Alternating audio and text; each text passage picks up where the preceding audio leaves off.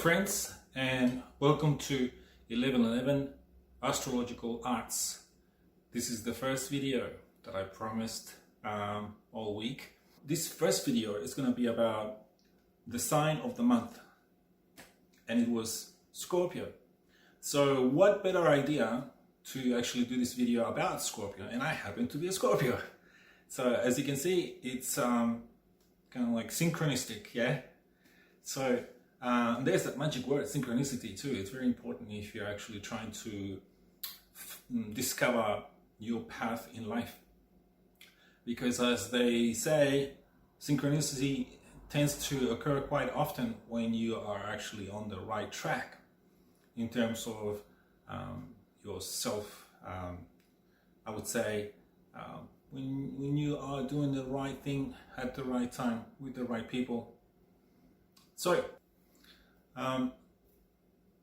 what is Scorpio? Or better still, what is sun in Scorpio? Sun, by that I mean the sun in the sky. For example, Scorpio, one of the most difficult to understand signs in the entire zodiac. Why? In a way, it's because it's a very deep, sometimes very dysfunctional, or it could be seen as extreme type of energy. And in a way it is, because it goes all the way, does not stop, goes all the way down deep into the roots of, for example, problems or matters. Everything that's Scorpio is also hidden. It's secretive, it's powerful, it's transformative, it's about life and death, as they say very often. It is about all the secrets in life, the mysteries, anything that is mysterious, that has an unknown, hidden origin is Scorpio. Anything that deals with keeping secrets is Scorpio. Loyalty, trust, what we value in general, other people's money, banks, because we trust kind of on banks. So the powerful, those with power but under the radar. So say, for example, let's begin by saying, what if you have Scorpio ascendant? A Scorpio ascendant would be a person who has a personality that reflects the nature of Scorpio, very simply put. And that nature is someone who's very intense, someone who has very deep, penetrating eyes, someone who loves to investigate, someone who, but this is, let me tell you and remind you, this is the ascendant we're talking about, Scorpio in the ascendant. So if someone has that, I'll continue. He's someone who's secretive, who keeps to themselves, who only speaks when it is important. They speak about important things. They value what they say, or they value strongly. They have strong values, let's just put it that way. Not necessarily ethical. This is the real world. There are good and bad people, okay? So if you have Scorpio as your sun sign, and let's say you have Venus in Scorpio. Venus in Scorpio is someone who has difficulty meeting their needs. Someone who has a need for almost an extreme necessity of emotional nurturance. Someone who requires a lot more than other people, or someone who goes the extra mile all the time when it comes to love, when it comes to relationships, when it comes to anything of value, anything of worth, because we're talking about Venus.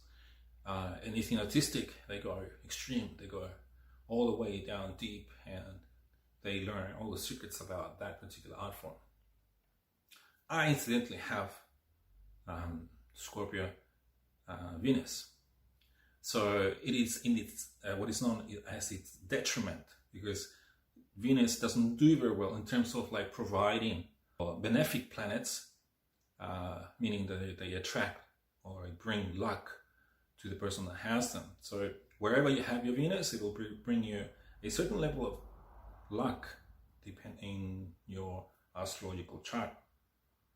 So as I said, Venus in Scorpio goes all the way. We have, for example, because I have Venus in Scorpio, we tend to investigate relationships.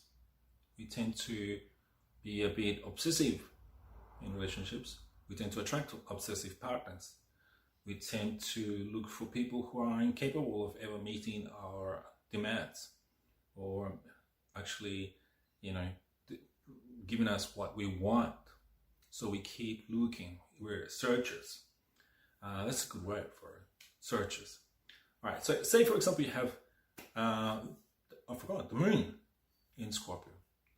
The moon in Scorpio makes you someone who has very deep emotional intensity. Someone who could be extremely psychic, or attracted to the paranormal, and at the same time psychic. So, with birds of a feather, they flock together. So it's kind of like that.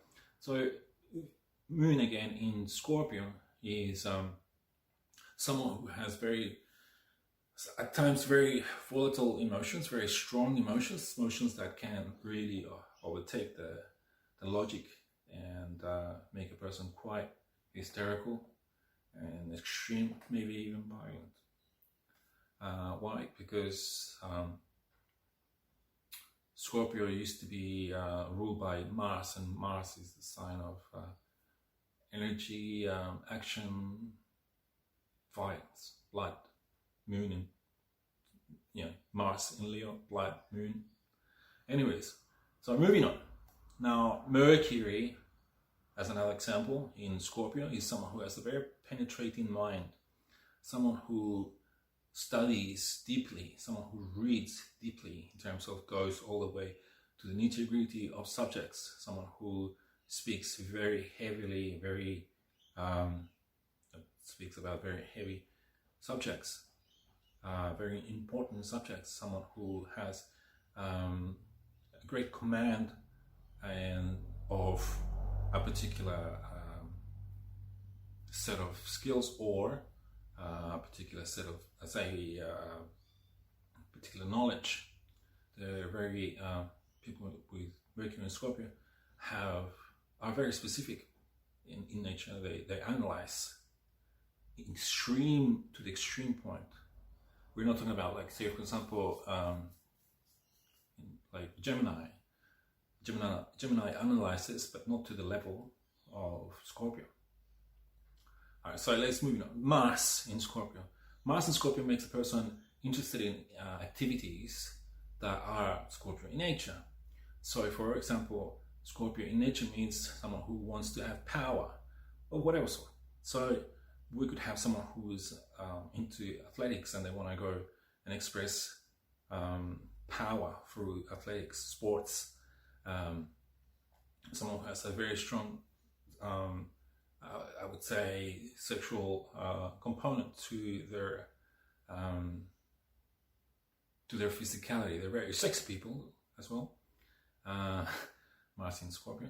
Anyway, so also people who are interested in the martial arts, Mars in Scorpio.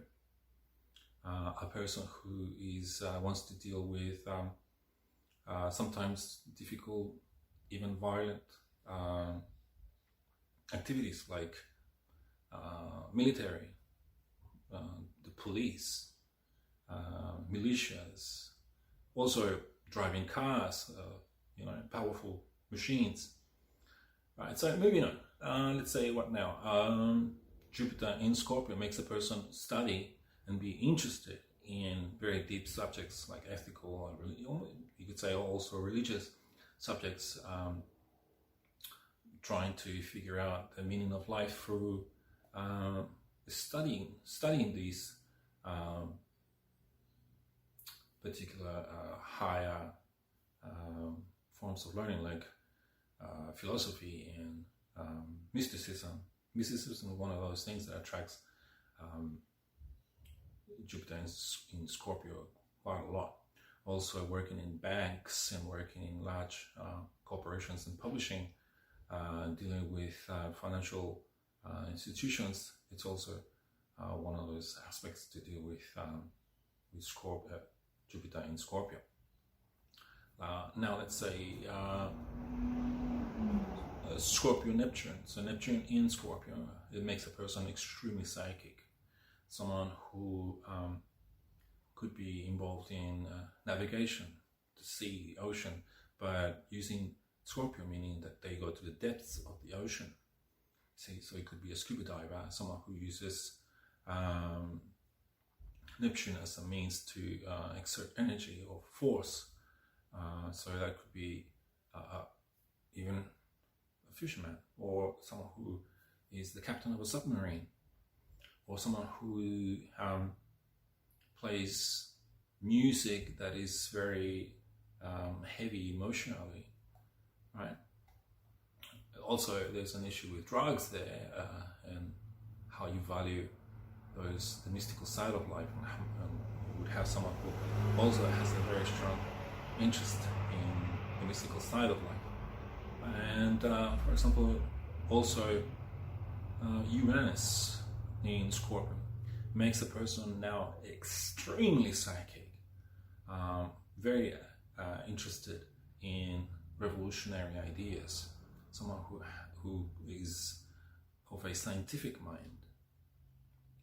And now let's see, I would say a doctor as well. And Pluto in Scorpio also makes for doctors, makes for people who control society, government, people who deal in power players. It's a very strong political aspect, but this is a societal planet, so it's very slow. It depends on other aspects, in terms of how specific you want to get. But Scorpio and Pluto makes a generation very interested in their value system and transforming what they value as a society. Anyways, okay, so I hope that has been interesting for you. This is now almost 15 minutes. And I'm going to make these videos around that mark. I don't want to make them too long. And as I said, I'll keep you posted before I make a video. And it's going to be every Friday, or at least at the end of the week. So this has been Christian, and my channel is called 1111 Astrological Arts. And yeah, hope to see you again soon.